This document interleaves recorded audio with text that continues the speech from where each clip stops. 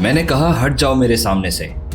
आहान अपनी बेहोश पत्नी शनाया को कार में लेटाकर तेजी से कार को दौड़ा रहा था और सिटी के ट्रैफिक को चीरता हुआ वहां से निकल गया।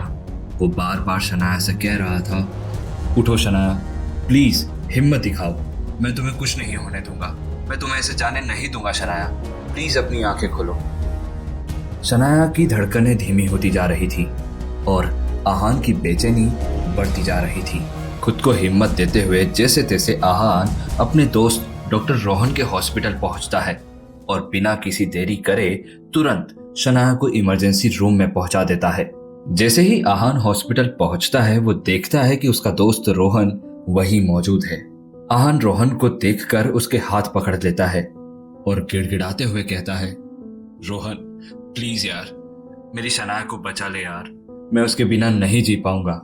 आहान को यूं गिड़गिड़ाते हुए देखकर डॉक्टर रोहन थोड़ा टेंशन में आ जाते हैं। वो तुरंत जाकर शनाया के वाइटल चेक करते हैं और वाकई शनाया की हार्ट बीट बहुत धीमी हो गई थी। वो तुरंत उसके मेडिकल टेस्ट करवाते हैं और अब शनाया का ट्रीटमेंट चालू हो चुका था। आहान की हालत पूरी तरह खराब हो चुकी थी, उसका गला सूख रहा था। वो आईसीयू के बाहर चक्कर काटते हुए सिर्फ शनाया के बारे में सोच रहा था। इतने में ही डॉक्टर रोहन वहां आ जाते हैं और वो जैसे ही डॉक्टर को देखता है तुरंत पूछने लगता है, क्या हुआ डॉक्टर रोहन, शनाया ठीक तो है ना, क्या हुआ है मेरी शनाया को? डॉक्टर रोहन जवाब देते हैं, ड्रग का ओवरडोज था, हमने स्टमक पंप कर दिया है, बट आई सजेस्ट कि तुम शनाया को किसी रिहैब सेंटर में भेज दो। डॉक्टर रोहन आहान को सजेशन देते हैं और वहां से चले जाते हैं। डॉक्टर की बात सुनकर आहान के दिमाग में खलबली सी मच जाती है। उसका गुस्सा उसकी आंखों में धधकने लगता है और वो मन में कहता है, शनाया ड्रग्स तो क्या, शराब तक को नहीं छूती, ये जरूर सब उस देव मल्होत्रा का करा धरा है। हेलो एवरीबॉडी, कैसे हो आप सभी? पिछले एपिसोड में हमने देखा था कि किस तरह से आहान की वाइफ शनाया देव मल्होत्रा के साथ गाड़ी में बैठकर चली गई थी। आखिर ऐसा क्या हुआ कि शनाया हॉस्पिटल में एडमिट है और वो भी इस हालत में? तो हुआ ये था कि जब शनाया और देव मल्होत्रा वहां से चले जाते हैं तब हमारे आहान साहब भी गुस्से में घर ना जाकर एक पॉपुलर नाइट क्लब में चले जाते हैं। आहान सोचता है कि वहां जाकर थोड़ी शराब पीकर थोड़ी देर के लिए अपना गम भूल जाएगा। उसका दिल वहां भी बेचैन था।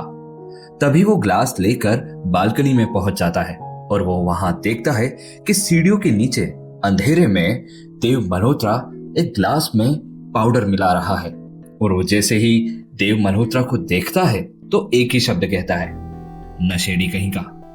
पर आहान को अजीब बात ये लगती है कि देव मल्होत्रा उस ग्लास को पीता नहीं, जबकि उस ग्लास में पाउडर मिलाकर कहीं ले जा रहा होता है। आहान जैसे ही देव मल्होत्रा को वहां से जाते हुए देखता है तो आहान उसका पीछा करने लगता है। उसका पीछा करते हुए आहान एक प्राइवेट केबिन के दरवाजे तक पहुंचा। जैसे ही आहान दरवाजा खोलता है उसके होश उड़ जाते हैं। वो देखता है कि शनाया बेसुध बिस्तर पर लेटी हुई है और देव मल्होत्रा उसके करीब बढ़ रहा है। आहान जोर से चिल्लाता है, देव मल्होत्रा, अगर तुमने शनाया को हाथ भी लगाया तो तुम कल का सूरज नहीं देख पाओगे। इतना कहकर आहान देव मल्होत्रा को एक थप्पड़ मार देता है। आहान इतना गुस्से में था कि उसने पास में पड़ी कांच की बोतल को हाथ में उठा ही लिया था और सोच ही रहा था कि वो देव मल्होत्रा के सर पर दे मारे। पर आहान के हाथ बंधे हुए थे समाज से और कानून की जंजीरों से, नहीं तो वो देव मल्होत्रा को जिंदा नहीं छोड़ता। देव मल्होत्रा भी आहान पर चिल्लाने लगा, तू दो कौड़ी का आदमी, तू यहाँ आया कैसे? देव मल्होत्रा चिल्ला जरूर रहा था पर एक हाथ से अपने गाल को सहला भी रहा था, मानो आहान का थप्पड़ उसके ईगो तक जा पहुंचा। आहान ने गुस्से में देव मल्होत्रा की कॉलर पकड़ ली और कहने लगा, शनाया मेरी वाइफ है, समझा तू? और तुझे क्या लगा कि तू नशा देकर शराब पिलाकर जो मर्जी चाहे कर लेगा? देव मल्होत्रा ने भी बदला लेने वाली टोन में कहा, ये थप्पड़ तुझे महंगा पड़ेगा आहान। अभी तो मैं यहाँ से जा रहा हूँ। और अपनी कॉलर छुड़ाई और वहां से चला गया। आहान से सारी बातें सुनने के बाद डॉक्टर रोहन ने उसे कंप्लेंट फाइल करने की राय दी और आखिरकार ये कोई मामूली बात नहीं थी, इसमें शनाया की जान भी जा सकती थी। डॉक्टर रोहन ने तो अपनी सजेशन दे दी पर आहान सोचने लगा, नहीं, मैं शनाया से बिना बात करे कोई भी स्टेप नहीं लूंगा। और रोहन से मदद मांगते हुए कहने लगा, Rohan please do me a favour ना, तुम वादा करो कि इस घटना के बारे में तुम किसी को कुछ नहीं बताओगे, न पुलिस न मीडिया। क्योंकि देखो, शनाया के साथ उसके दादाजी के बिजनेस गिल कंस्ट्रक्शन का नाम जुड़ा है और उसके दादाजी बिजनेस को लेकर बहुत सेंसिटिव है।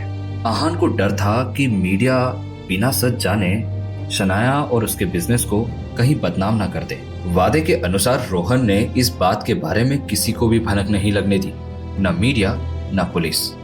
अब शनाया आउट ऑफ डेंजर थी और आहान शनाया को अपने घर ले जा रहा था।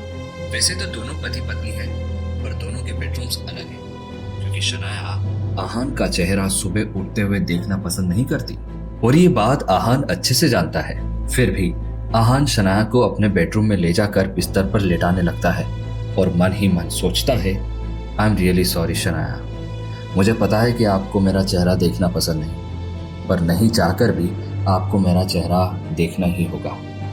मैं क्या करूं, इस हालत में आपको अकेले तो नहीं छोड़ सकता ना। इतना बोलकर और शनाया को लेटाकर आहान सामने रखे सोफे पर जाकर बैठ जाता है। आहान चैन की सांस ले भी नहीं पाया था कि अचानक से उसके फोन पर विक्रम का कॉल आता है। विक्रम और कोई नहीं, विक्रम आहान के रईस बाप का सबसे पुराना और सबसे भरोसेमंद असिस्टेंट है। काश कि कभी ऐसा हो, गिल कंस्ट्रक्शन के लोग जो आहान को हमेशा करीब समझकर उसकी बेइज्जती करते हैं, उन्हें ये पता चल जाए आहान और कोई नहीं, अरबपति रायजादा खानदान का एक लौता चिराग है। विक्रम आहान से मिलता है और आहान को बताता है कि उसके पिता चाहते हैं कि अब वो रायजादा ग्रुप का बिजनेस संभाल ले, पर आहान को ये बात जरा भी मंजूर नहीं थी। आहान को वो सारी बेइज्जती, सारी जिल्लत आज भी याद थी जो उसे अपने पिता से मिली थी। उसके पिता ने उसे आज तक अपनी जायज संतान का नाम नहीं दिया, ना ही उसे अपना माना। यहाँ तक कि जब आहान की माँ जिंदगी और मौत से लड़ रही थी और उसे ट्रीटमेंट की सख्त जरूरत थी, उस समय भी आहान के पिता ने मुंह फेर लिया था। लाखों मिन्नतें करने के बाद भी आहान की कोई मदद नहीं की थी। तो आज किस मुंह से वो आहान को अपना बेटा बुला रहे हैं और इतनी फिक्र अब उन्हें आहान की क्यों होने लगी? आहान ने ताना कसते हुए विक्रम को कहा, मिस्टर रायजादा से कह देना कि उनके बिजनेस और उनकी दौलत में मेरी कोई दिलचस्पी नहीं है। उनके और मेरे बीच सिर्फ एक माँ ही थी और वो भी इस दुनिया से जा चुकी है, तो ये आखिरी डोर भी टूट गई है। अब उनसे मेरा कोई रिश्ता नहीं। ये कहते हुए आहान ने विक्रम को वहाँ से चले जाने का इशारा किया। विक्रम ने जाने का इशारा देखकर भी न जाने का फैसला किया और आहान से कहने लगा, यंग मास्टर, मिस्टर रायजादा की अच्छाई को समझे। वो इतने पावरफुल है कि वो जो चाहे वो हासिल कर सकते हैं, और इतना सब कुछ होने के बाद भी वो आपको बड़े प्यार से और इज्जत से बुला रहे हैं, सिर्फ अपना बिजनेस एम्पायर सौंपने के लिए। इतना कहकर विक्रम ने आहान के हाथों में कुछ वॉलेट जैसा थमा दिया।